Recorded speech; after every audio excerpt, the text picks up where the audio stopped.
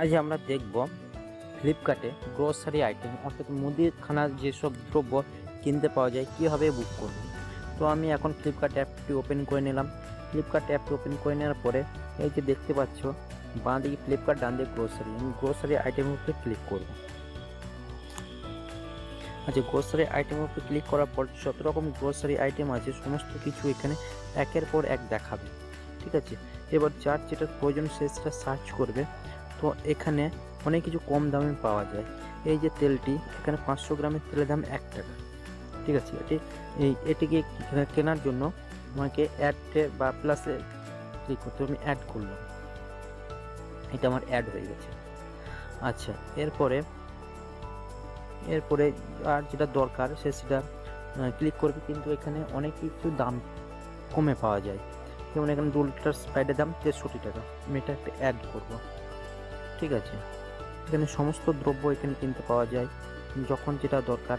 আর একটা কথা, এখানটায় যখন আমি ক্লিক করব বা কিনবো তখন আমাকে এখানে একটা ডিটেলস দেখাবে যে সেভ কতটা, কত % কম পাওয়া যায়, সমস্ত কিছু এখানেই শো করবে। ঠিক আছে, আমার একটা পর একটা আমি ক্লিক করতে থাকি, যেগুলো আমার প্রয়োজন অ্যাড করব।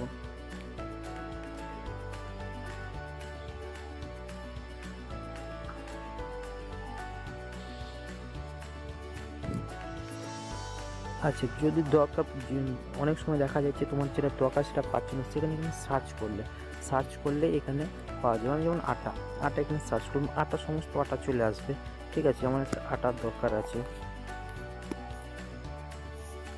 আচ্ছা, এখানে লিখছে ফরচুন কাচ্চিকারি মাস্টার অয়েল 66 টাকা, মানে এখানে 29% অফ দিয়েছে। ঠিক আছে, বাস্কেট ডিসকাউন্ট, আমি যদি এখানে এটা অ্যাপ্লাই করি তাহলে এখানে আমি 75 টাকা পর্যন্ত সেভ পাবো।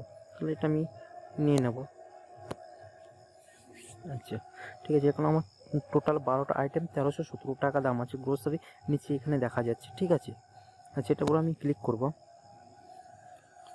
আচ্ছা, ক্লিক করার পর এখানে আমি আরেকবার সমস্ত কিছু দেখতে পাবো যে আমার কোন আইটেমটা কত দাম পড়লো। ঠিক আছে, যেমন তেলটা 1 টাকা, আটা 5 কেজি 193 টাকা, ম্যাগি 140 টাকা, সমস্ত এখানে দেখা যাচ্ছে।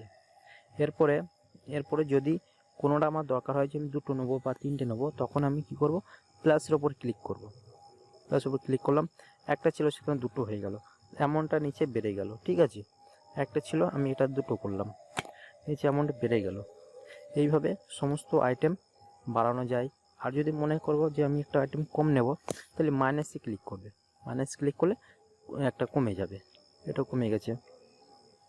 এইভাবে গ্রসারি আইটেম বুক করা যায়। আর একটা কথা বলে রাখবো, গ্রসারি আইটেম বুক করার সময় যখন একাধিক পার্সেল বুক করবে, এখানে অনেক সময় অফার থাকে, নির্দিষ্ট অফার থাকে, যে অফারটার জন্য অনেকে বুক করে। আর সেই অফারের সময় বুক করলে অনেক পার্সেলের দাম কমে যায়। এবং আরেকটা কথা বলে রাখবো, আমি যেহেতু ডেলিভারি কাজ করি সেহেতু এই কথাটা সবাই জানে না যে অনেক পার্সেলের দাম কমানোর জন্য কিংবা অফারটা নেওয়ার জন্য একাধিক আমার অপ্রয়োজনীয় জিনিস আমি বুক করতে পারি।